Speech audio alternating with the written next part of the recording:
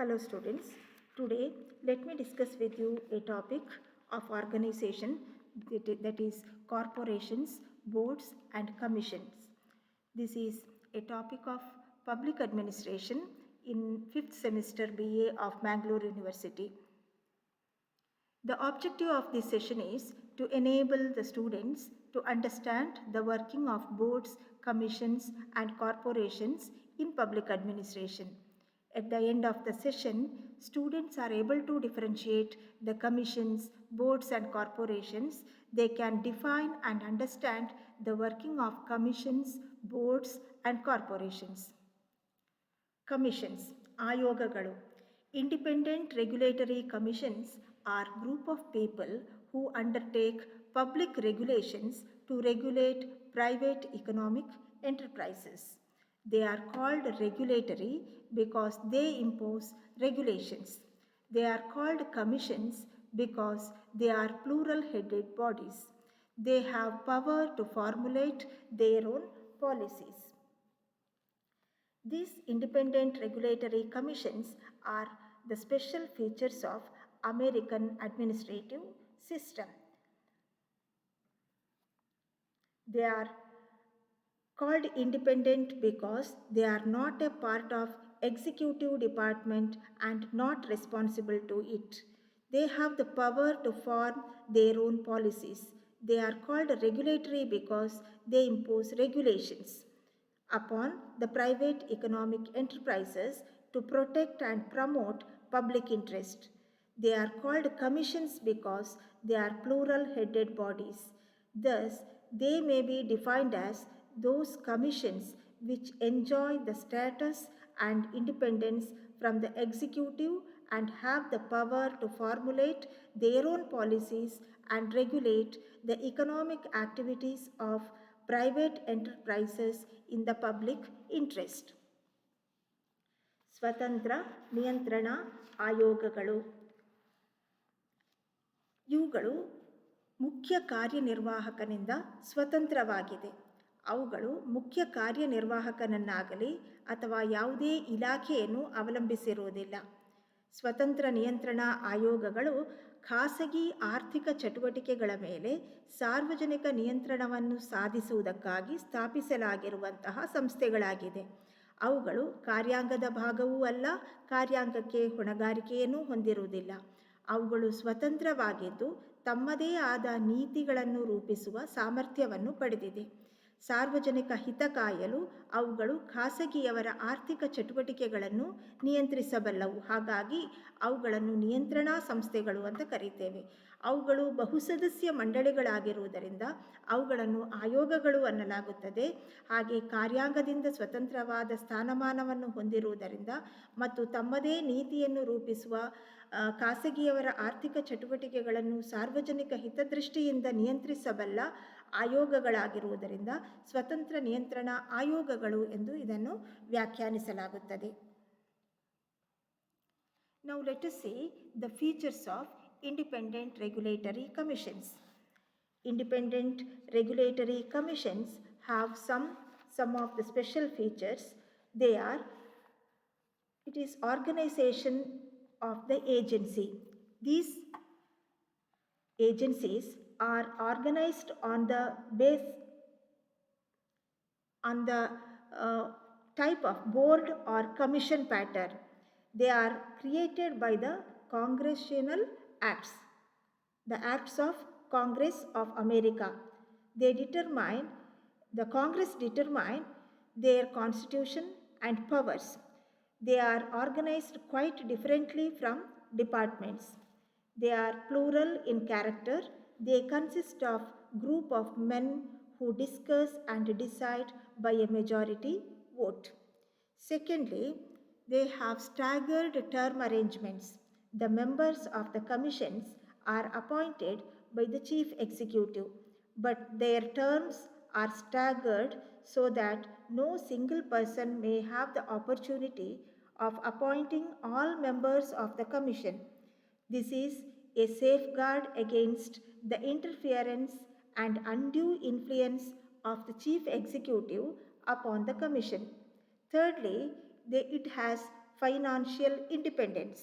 In order to safeguard the autonomy of IRCs, they are given full charge over their finance. They have the right to own property and hold accounts in the banks in their own names. This financial autonomy gives administrative independence to them. Fourthly, it has mixed functions. The functions of IRCs are of mixed nature: administrative, quasi legislative, and quasi judicial. They frame rules and regulations, execute these rules, and hear appeals against their own decisions. On account of the mixed nature of these functions, they are called the fourth branch of government. They have complete autonomy. IRCs are relatively independent of chief executive, and they are neither responsible to him nor have to report to him. Hence, they are described as islands of autonomy. In America, the federal administration of USA stands disintegrated because of the presence of these commissions. Sixthly, they are arms of Congress. The IRCs are called arms of the Congress as they are directly responsible to the American Congress. In fact, they are created and their composition and powers are determined by the acts of the Congress. Seventhly, it is an expert body. These commissions are staffed by experts such as lawyers, engineers, and financial experts. ಸ್ವತಂತ್ರ ನಿಯಂತ್ರಣ ಆಯೋಗದ ಲಕ್ಷಣಗಳು. ಮೊದಲಿಗೆ ಆಯೋಗದ ರಚನೆ. ಸ್ವತಂತ್ರ ನಿಯಂತ್ರಣ ಆಯೋಗಗಳು ವಿವಿಧ ಸ್ವರೂಪದ ಕಾರ್ಯಗಳನ್ನು ನಿರ್ವಹಿಸಬೇಕಾಗಿರುವುದರಿಂದ ಅವುಗಳನ್ನು ಸಮಿತಿ ಅಥವಾ ಮಂಡಳಿಯ ಮಾದರಿಯಲ್ಲಿ ರಚಿಸಲಾಗಿದೆ. ಅವುಗಳನ್ನು ಕಾಂಗ್ರೆಸ್ಸಿನ ಕಾಯ್ದೆಯಂತೆ, ಅಮೆರಿಕಾದ ಕಾಂಗ್ರೆಸ್ಸಿನ ಕಾಯ್ದೆಯಂತೆ ರಚಿಸಲಾಗಿದೆ. ಈ ಕಾಯ್ದೆಗಳು ಅವುಗಳ ಅಧಿಕಾರ ಮತ್ತು ಕಾರ್ಯಗಳನ್ನು ನಿರ್ಧರಿಸ್ತವೆ. ಅವುಗಳನ್ನು ಇಲಾಖೆಗಳಿಗಿಂತ ಭಿನ್ನವಾದ ರೀತಿಯಲ್ಲಿ ರಚಿಸಲಾಗಿದ್ದು ಅವು ಬಹು ಸದಸ್ಯರನ್ನು ಹೊಂದಿರುತ್ತವೆ. ಈ ಬಹು ಸದಸ್ಯರು ಚರ್ಚಿಸಿ ನಿರ್ಧಾರಗಳನ್ನು ಪ್ರಕಟಿಸುತ್ತಾರೆ. ಇದು ಹಿಂದು ಮುಂದಾದ ಅವಧಿಯನ್ನು ಹೊಂದಿರುತ್ತದೆ. ಆಯೋಗಗಳ ಸದಸ್ಯರು ಮುಖ್ಯ ಕಾರ್ಯನಿರ್ವಾಹಕ ಅಂದರೆ ಅಧ್ಯಕ್ಷನಿಂದ ನೇಮಿಸಲ್ಪಡುತ್ತಾರೆ. ಆದರೆ ಎಲ್ಲ ಸದಸ್ಯರ ಅವಧಿಯೂ ಒಂದಾಗಿರುವುದಿಲ್ಲ, ಹಿಂದು ಮುಂದಾಗಿರುತ್ತದೆ. ಇದರಿಂದ ಯಾವುದೇ ಒಬ್ಬ ವ್ಯಕ್ತಿಗೆ ಆಯೋಗದ ಎಲ್ಲ ಸದಸ್ಯರನ್ನೂ ನೇಮಕ ಮಾಡುವ ಅವಕಾಶ ಸಿಗುವುದಿಲ್ಲ. ಅಧ್ಯಕ್ಷರು ತನ್ನದೇ ಜನರನ್ನು ಆಯೋಗದಲ್ಲಿ ತುಂಬುವುದಕ್ಕೂ ಕೂಡ ಅಥವಾ ಪ್ರಭಾವ ಬೀರುವುದಕ್ಕೂ ಕೂಡ ಇದು ಅವಕಾಶವನ್ನು ಕಲ್ಪಿಸುವುದಿಲ್ಲ. ಅದರ ವಿರುದ್ಧ ಒಂದು ರಕ್ಷಣಾ ಕ್ರಮವಾಗಿ ಈ ಹಿಂದು ಮುಂದಾದ ಅವಧಿಯನ್ನು ಇಟ್ಟುಕೊಂಡಿರ್ತಾರೆ. ಮೂರನೆಯದು ಆರ್ಥಿಕ ಸ್ವಾಯತ್ತತೆ. ಸ್ವತಂತ್ರ ನಿಯಂತ್ರಣಾ ಆಯೋಗಗಳ ಸ್ವಾಯತ್ತತೆಯನ್ನು ರಕ್ಷಿಸುವ ಸಲುವಾಗಿ ಅವುಗಳಿಗೆ ಹಣಕಾಸಿನ ನಿರ್ವಹಣೆಯ ಬಗ್ಗೆ ಸಂಪೂರ್ಣ ಅಧಿಕಾರವನ್ನು ನೀಡಲಾಗಿರುತ್ತದೆ. ಅವುಗಳು ತಮ್ಮದೇ ಆದ ಆಸ್ತಿಯನ್ನು ಹೊಂದಬಹುದು. ಹಣಕಾಸು ಸಂಸ್ಥೆಗಳಲ್ಲಿ ತಮ್ಮ ಹೆಸರಿನಲ್ಲಿ ಖಾತೆಯನ್ನು ಹೊಂದಬಹುದು. ಈ ರೀತಿ ಹಣಕಾಸಿನ ಸಂಪೂರ್ಣ ಸ್ವಾಯತ್ತತೆಯನ್ನು ಅವರಿಗೆ ನೀಡಲಾಗಿದೆ. ನಾಲ್ಕನೆಯದು, ಇವುಗಳು ನಾನಾ ಬಗೆಯ ಕಾರ್ಯಗಳನ್ನು ಮಾಡ್ತವೆ. ಅವುಗಳು ಆಡಳಿತಾತ್ಮಕ, ಅರೆ ಶಾಸನೀಯ, ಅರೆ ನ್ಯಾಯಿಕ ಸ್ವರೂಪದ ಕಾರ್ಯಗಳನ್ನು ನಿರ್ವಹಿಸುತ್ತದೆ. ಅಂದರೆ ಅವುಗಳು ನಿಯಮಗಳನ್ನು ರೂಪಿಸ್ತವೆ, ಅವುಗಳನ್ನು ಜಾರಿಗೊಳಿಸ್ತದೆ. ನಂತರ ಅವುಗಳು ಮಾಡಿದಂತಹ ತೀರ್ಮಾನಗಳ ವಿರುದ್ಧ ಮೇಲ್ಮನವಿಗಳನ್ನು ಸ್ವೀಕರಿಸಿ ವಿಚಾರಣೆಯನ್ನು ಮಾಡುತ್ತದೆ. ಈ ರೀತಿ ಆಯೋಗಗಳು ಹಲವು ಬಗೆಯ ಕಾರ್ಯಗಳನ್ನು ನಿರ್ವಹಿಸುವುದರಿಂದ ಇವುಗಳನ್ನು ಸರ್ಕಾರದ ನಾಲ್ಕನೆಯ ಅಂಗ ಎಂದು ಕೂಡ ಕರೆಯಲಾಗುತ್ತದೆ. ಐದನೆಯದು, ಇವುಗಳಿಗೆ ಸಂಪೂರ್ಣ ಸ್ವಾಯತ್ತತೆ ಇದೆ. ಈ ನಮೂನೆಯ ಆಯೋಗಗಳು ಮುಖ್ಯ ಕಾರ್ಯನಿರ್ವಾಹಕನಿಂದ ಸ್ವತಂತ್ರವಾಗಿರ್ತದೆ ಮತ್ತು ಅವನಿಗೆ ಜವಾಬ್ದಾರಿಯುತವೂ ಆಗಿರುವುದಿಲ್ಲ. ಹಾಗೂ ಅವರ ಕಾರ್ಯಗಳ ಬಗ್ಗೆ ಮುಖ್ಯ ಕಾರ್ಯನಿರ್ವಾಹಕನಿಗೆ ವರದಿಯನ್ನೂ ನೀಡುವುದಿಲ್ಲ. ಅಮೆರಿಕಾದಲ್ಲಿ ಈ ಸ್ವತಂತ್ರ ನಿಯಂತ್ರಣಾ ಆಯೋಗಗಳು ಅಧ್ಯಕ್ಷರ ಅಧೀನದಲ್ಲಿರುವ ಇಲಾಖಾ ಚೌಕಟ್ಟಿನ ಹೊರಗಿನಿಂದ ಕಾರ್ಯನಿರ್ವಹಿಸುವುದರಿಂದ ಅವುಗಳನ್ನು ಅಮೆರಿಕಾದಲ್ಲಿ ಆಡಳಿತದೊಳಗಿನ ಸ್ವಾಯತ್ತ ದ್ವೀಪಗಳು ಅಂತ ಕರೀತಾರೆ. ಅಮೆರಿಕಾದಲ್ಲಿ ಇಂತಹ ಆಯೋಗಗಳಿರುವುದರಿಂದಲೇ ಅಲ್ಲಿನ ಆಡಳಿತ ವ್ಯವಸ್ಥೆಯು ವಿಘಟಿತವಾಗಿದೆ. ಇವುಗಳನ್ನು ಅಮೆರಿಕಾದಲ್ಲಿ ಕಾಂಗ್ರೆಸ್ನ ಅಸ್ತ್ರಗಳು ಅಂತ ಕರೀತಾರೆ. ಯಾಕಂದರೆ ಈ ಸಂಸ್ಥೆಗಳನ್ನು, ಈ ಆಯೋಗಗಳನ್ನು ಕಾಂಗ್ರೆಸ್ಸು ನೇರವಾಗಿ ಆಯ್ಕೆ ಮಾಡ್ತದೆ. ಕಾಂಗ್ರೆಸ್ಸಿನ ಕಾಯ್ದೆಯ ಮೂಲಕ ಈ ಆಯೋಗಗಳನ್ನು ಸೃಷ್ಟಿ ಮಾಡಲಾಗ್ತದೆ ಮತ್ತು ಅವುಗಳ ರಚನೆ ಮತ್ತು ಅಧಿಕಾರಗಳನ್ನು ಕಾಂಗ್ರೆಸ್ ನಿರ್ಧಾರ ಮಾಡ್ತದೆ. ಹಾಗಾಗಿ ಇವುಗಳನ್ನು ಕಾಂಗ್ರೆಸ್ನ ಅಸ್ತ್ರಗಳು ಅಂತ ಕರೆಯಲಾಗುತ್ತದೆ. ಈ ಆಯೋಗಗಳು ಪರಿಣಿತರ ಸಂಸ್ಥೆಯಾಗಿದೆ. ಅಂದರೆ ಈ ಆಯೋಗದಲ್ಲಿ ತಜ್ಞರಾದ ಸಿಬ್ಬಂದಿಗಳನ್ನು ನೇಮಕ ಮಾಡಲಾಗುತ್ತದೆ. ಅದರಲ್ಲಿ ವಕೀಲರು, ತಂತ್ರಜ್ಞರು, ಆರ್ಥಿಕ ತಜ್ಞರು ಮುಂತಾದವರು ಇರ್ತಾರೆ. ಸ್ವತಂತ್ರ ನಿಯಂತ್ರಣ ಆಯೋಗಗಳ ಲಕ್ಷಣಗಳು, ಕಾರ್ಯಗಳು. The functions of independent regulatory commissions. The commissions formulate broad policies which govern and regulate the industries. They enforce the rules framed by them. They decide cases and hear appeals by applying the statutes, rules and regulations to the interest of the businesses and the individuals. ಈ ಆಯೋಗಗಳು ತಮ್ಮ ಕಾರ್ಯನಿರ್ವಹಣೆಗೆ ಬೇಕಾದ ನೀತಿಗಳನ್ನು ತಾವೇ ರೂಪಿಸಿಕೊಳ್ತವೆ. ಅವುಗಳ ಮೂಲಕ ಕೈಗಾರಿಕೆಗಳನ್ನು ನಿಯಂತ್ರಿಸಲಾಗುತ್ತದೆ. ಈ ಆಯೋಗಗಳು ನಿಯಮಗಳನ್ನು, ನಿಯಂತ್ರಣಗಳನ್ನು ಜಾರಿಗೊಳಿಸುತ್ತದೆ. ಈ ನಿಯಮವನ್ನು ಮೀರಿ ನಡೆದವರನ್ನು ಶಿಕ್ಷಿಸುತ್ತದೆ. ಹಾಗೆ ಹಲವು ಆಡಳಿತಾತ್ಮಕ ಕಾರ್ಯಗಳನ್ನು ನಿರ್ವಹಿಸುತ್ತದೆ.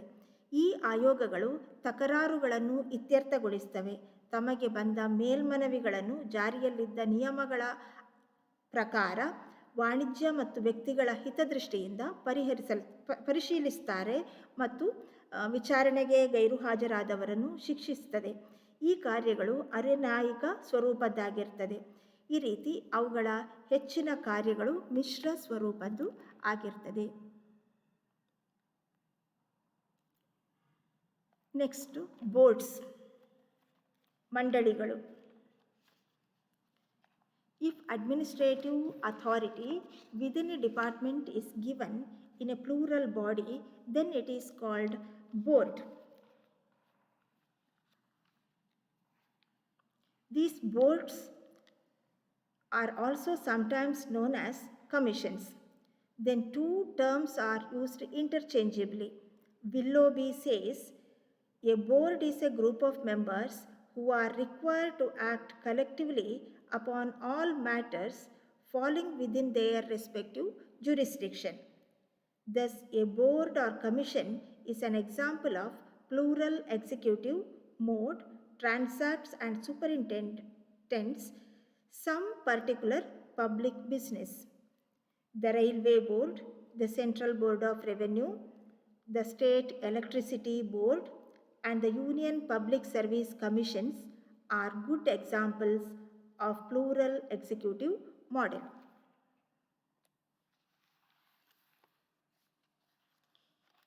ಇಲಾಖೆಯ ಒಳಗೆ ಆಡಳಿತಾಧಿಕಾರವು ಹಲವು ವ್ಯಕ್ತಿಗಳ ಕೈಯಲ್ಲಿ ನೆಲೆಗೊಂಡಿದ್ದರೆ ಅವುಗಳನ್ನು ಮಂಡಳಿಗಳು ಅಂತ ಕರೆಯುತ್ತೇವೆ. ಕೆಲವು ವೇಳೆ ಅದನ್ನು ಆಯೋಗಗಳು ಎಂದು ಕೂಡ ಕರೆಯಲಾಗುತ್ತದೆ. ವಿಲ್ಲೋಬಿ ಅವರ ಪ್ರಕಾರ ಮಂಡಳಿಗಳು ಸದಸ್ಯರ ಸಮೂಹವಾಗಿದ್ದು ಅವರ ಅಧಿಕಾರ ವ್ಯಾಪ್ತಿಗೆ ಬರುವ ಎಲ್ಲ ವಿಷಯಗಳನ್ನು ಅವರು ಸಾಮೂಹಿಕವಾಗಿ ನಿರ್ಧರಿಸಿ ಕಾರ್ಯಾಚರಿಸಬೇಕಾಗುತ್ತದೆ. ಹೀಗೆ ಮಂಡಳಿ ಅಥವಾ ಆಯೋಗವು ನಿರ್ದಿಷ್ಟ ಸರ್ಕಾರಿ ಕಾರ್ಯಗಳನ್ನು ನಿರ್ವಹಿಸುವ ಬಹು ಸದಸ್ಯ ಕಾರ್ಯಾಂಗವಾಗಿದೆ. ಉದಾಹರಣೆಗೆ ರೈಲ್ವೆ ಮಂಡಳಿ, ಕೇಂದ್ರ ಕರಕುಶಲ ಮಂಡಳಿ, ಸೆಂಟ್ರಲ್ ಬೋರ್ಡ್ ಆಫ್ ರೆವೆನ್ಯೂ, ರಾಜ್ಯ ವಿದ್ಯುಚ್ಛಕ್ತಿ ಮಂಡಳಿ, ಕೇಂದ್ರ ಲೋಕಸೇವಾ ಆಯೋಗ ಮುಂತಾದವುಗಳು ಈ ಬಹು ಸದಸ್ಯ ಕಾರ್ಯಾಂಗಗಳಿಗೆ ಉದಾಹರಣೆಗಳಾಗಿವೆ. ನಾವೀಗ ವಿವಿಧ ರೀತಿಯ ಮಂಡಳಿಗಳ ಬಗ್ಗೆ ತಿಳಿಯೋಣ. Let us discuss the types of boards. There are some different types: advisory boards, administrative boards, board tied into hierarchy. Advisory boards. It is often attached to the head of the department for giving him advice on general or specific matters. The advice is not binding on the head. It generally consists of technical experts. They remain outside hierarchical organization of department. Example, Railway Advisory Board, All India Board of Technical Education, UGC, etc. Second one is administrative boards. When the board is the head of the department, it is known as administrative board. In the administrative boards, two or more members acts as head instead of one single head. Example, Central Board of Revenue, the Central Board of Excise and Customs, etc. Third one is board tied into hierarchy. Sometimes a board is found tied in the hierarchy. Such boards are not empowered to run the department. They perform quasi-legislative and quasi-judicial functions with regard to the specific matters. Such type of boards are found in the state administration in India. Example, the State Electricity Board, which is in charge of the generation and distribution of electricity. ಸಲಹಾ ಮಂಡಳಿಗಳು. ಈ ಮಂಡಳಿಗಳನ್ನು ಇಲಾಖಾ ಮುಖ್ಯಸ್ಥರಿಗೆ ಸಾಮಾನ್ಯ ವಿಷಯಗಳು ಅಥವಾ ಒಂದು ನಿರ್ದಿಷ್ಟ ವಿಷಯದ ಬಗ್ಗೆ ಸಲಹೆ ನೀಡಲು ರಚಿಸಲಾಗಿರ್ತದೆ. ಈ ಮಂಡಳಿಗಳನ್ನು ನಿರ್ದಿಷ್ಟ ಇಲಾಖೆಗೆ ಸೇರಿಸಲಾಗಿರ್ತದೆ. ಈ ಮಂಡಳಿಗಳಲ್ಲಿ ನಿರ್ದಿಷ್ಟ ಅವಧಿಗೆ ನೇಮಕ ಮಾಡಲ್ಪಟ್ಟ ತಾಂತ್ರಿಕ ತಜ್ಞರುಗಳಿದ್ದು ಅವರು ಇಲಾಖಾ ಮುಖ್ಯಸ್ಥರುಗಳಿಗೆ ಸಲಹೆಗಳನ್ನು ಸೂಚನೆಗಳನ್ನು ನೀಡ್ತಾರೆ. ಆದರೆ ಮುಖ್ಯಸ್ಥ ಈ ಸಲಹೆಗಳನ್ನು ಕಡ್ಡಾಯವಾಗಿ ಅನುಸರಿಸಲೇಬೇಕು ಎನ್ನುವ ನಿಯಮ ಏನೂ ಇರುವುದಿಲ್ಲ. ಈ ಮಂಡಳಿಗಳು ಅಧಿಕಾರ ಶ್ರೇಣಿಯ ವ್ಯಾಪ್ತಿಯಿಂದ ಹೊರಗಿರ್ತದೆ. ಉದಾಹರಣೆಗೆ ರೈಲ್ವೆ ಸಲಹಾ ಮಂಡಳಿ, ಅಖಿಲ ಭಾರತ ತಾಂತ್ರಿಕ ಶಿಕ್ಷಣ ಮಂಡಳಿ, ವಿಶ್ವವಿದ್ಯಾನಿಲಯ ಧನಸಹಾಯ ಆಯೋಗ ಇತ್ಯಾದಿಗಳು. ಎರಡನೆಯದು ಆಡಳಿತ ಮಂಡಳಿಗಳು. ಎಲ್ಲಿ ಮಂಡಳಿಗಳು ಇಲಾಖೆಯ ಮುಖ್ಯಸ್ಥನಂತೆ ಕಾರ್ಯನಿರ್ವಹಿಸ್ತದೆಯೋ ಅಂಥ ಆಡಳಿತ ಘಟಕಗಳನ್ನು ನಾವು ಆಡಳಿತ ಮಂಡಳಿಗಳು ಎನ್ನುತ್ತೇವೆ. ಈ ರೀತಿಯ ಮಂಡಳಿಗಳಲ್ಲಿ 2 ಅಥವಾ 2ಕ್ಕಿಂತ ಹೆಚ್ಚು ಸದಸ್ಯರಿದ್ದು ಎಲ್ಲರೂ ಸಮಾನ ಆಡಳಿತ ಮತ್ತು ಅಧಿಕಾರ ಜವಾಬ್ದಾರಿಗಳನ್ನು ಹೊಂದಿರ್ತಾರೆ. ಉದಾಹರಣೆಗೆ central board of revenue, central board of excise and customs ಮುಂತಾದವುಗಳು. ಇನ್ನು ಮೂರನೆಯದು ಅಧಿಕಾರದ ಶ್ರೇಣಿಯೊಂದಿಗಿರುವ ಶಾಶ್ವತ ಮಂಡಳಿಗಳು. ಇಂತಹ ಮಂಡಳಿಗಳು ಇಲಾಖೆಯ ಅಧಿಕಾರ ಶ್ರೇಣಿಯೊಂದಿಗೆ ಸೇರಿಕೊಂಡಿದ್ದು ಹೆಚ್ಚು ಕಡಿಮೆ ಶಾಶ್ವತ ಸ್ವರೂಪವನ್ನು ಪಡೆದಿರ್ತದೆ. ಇವುಗಳ ಸಿಬ್ಬಂದಿಗಳು ಬದಲಾಗಬಹುದು, ಆದರೆ ಮಂಡಳಿಗಳು ಮುಂದುವರಿತಾ ಇರ್ತದೆ. ಇಂತಹ ಮಂಡಳಿಗಳು ಇಲಾಖೆಗಳ ಕಾರ್ಯಗಳನ್ನು ನಿರ್ವಹಿಸುವ ಅಧಿಕಾರವನ್ನು ಹೊಂದಿರುವುದಿಲ್ಲ. ಅವುಗಳು ಒಂದು ನಿರ್ದಿಷ್ಟ ವಿಷಯದ ಬಗ್ಗೆ ಅರೆ ಶಾಸನೀಯ, ಅರೆ ನ್ಯಾಯಿಕ ಅಧಿಕಾರವನ್ನು ಹೊಂದಿರ್ತದೆ. ಇಂತಹ ಅನೇಕ ಮಂಡಳಿಗಳನ್ನು ಭಾರತದ ರಾಜ್ಯಾಡಳಿತಗಳಲ್ಲಿ ನಾವು ಕಾಣಬಹುದು. ಉದಾಹರಣೆಗೆ ರಾಜ್ಯ ವಿದ್ಯುತ್ ಶಕ್ತಿ ಮಂಡಳಿ. ಇದು ವಿದ್ಯುತ್ ಶಕ್ತಿಯ ಉತ್ಪಾದನೆಗೆ, ಹಂಚಿಕೆಗೆ ಸಂಬಂಧಪಟ್ಟ ಕಾರ್ಯವನ್ನು ನಿರ್ವಹಿಸುತ್ತದೆ.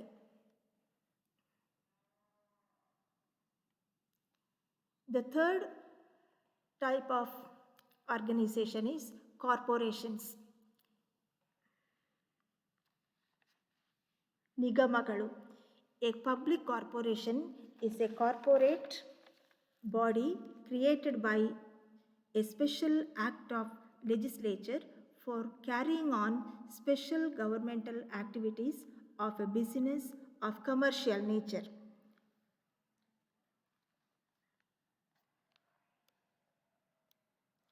ಸಾರ್ವಜನಿಕ ನಿಗಮಗಳು ಸರ್ಕಾರದ ವ್ಯಾಪಾರಿ ಅಥವಾ ವಾಣಿಜ್ಯ ಸ್ವರೂಪದ ಕಾರ್ಯಗಳನ್ನು ನಿರ್ವಹಿಸಲು ಶಾಸಕಾಂಗದ ವಿಶೇಷ ಕಾಯ್ದೆಯ ಮೂಲಕ ರಚಿಸಲ್ಪಟ್ಟಿರುವಂತಹ ಸಂಸ್ಥೆಗಳಾಗಿವೆ. ಹಲವಾರು ಚಿಂತಕರು ಸಾರ್ವಜನಿಕ ನಿಗಮದ ಬಗ್ಗೆ ವಿವಿಧ ವ್ಯಾಖ್ಯಾನಗಳನ್ನು ನೀಡಿದ್ದಾರೆ. There are many writers who have given different opinions regarding corporations. Herbert Morrison defines a public corporation as a combination of public ownership, public accountability, and business management for public ends. Ernest Davis says the public corporation is a corporate body created by public authority with defined powers and functions and financially independent. Herbert Morrison ಹೇಳುವ ಪ್ರಕಾರ ಸಾರ್ವಜನಿಕ ನಿಗಮಗಳೆಂದರೆ ಸಾರ್ವಜನಿಕ ಗುರಿ ಸಾಧನೆಗಾಗಿ ಸಾರ್ವಜನಿಕ ಒಡೆತನ, ಸಾರ್ವಜನಿಕ ಜವಾಬ್ದಾರಿ ಹಾಗೂ ವಾಣಿಜ್ಯ ನಿರ್ವಹಣೆಗಳ ಸಂಯೋಗವಾಗಿದೆ.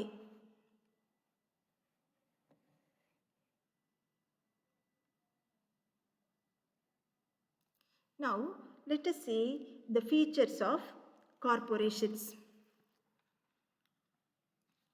The main characteristics of public corporations are there is government ownership. Public corporations are wholly owned by the government. They are best suited for undertaking the business enterprise of the government. Money invested in public corporation is public money, and that is why they are called public corporations. Second feature is it is body corporate. It is a body corporate created by a separate act of parliament or state legislature. Its purpose, powers, duties, form of management, and its relationship with the government departments are all prescribed by the act. Thirdly, there is legal entity. Being a corporate body, it enjoys a separate legal entity. As such, it can be sued in court of law. It can enter into contracts, and it can acquire and hold property in its own name. Fourthly, financial autonomy. The public corporation has its own finances separate from national finances. The government initially contributes to its capital and may also grant loans from time to time to enable it to function properly. There is administrative autonomy. A corporation should have autonomy not only in financial matters but also in administrative matters. It is autonomous institution for all practical purposes. The government has only the power to laying down general policy.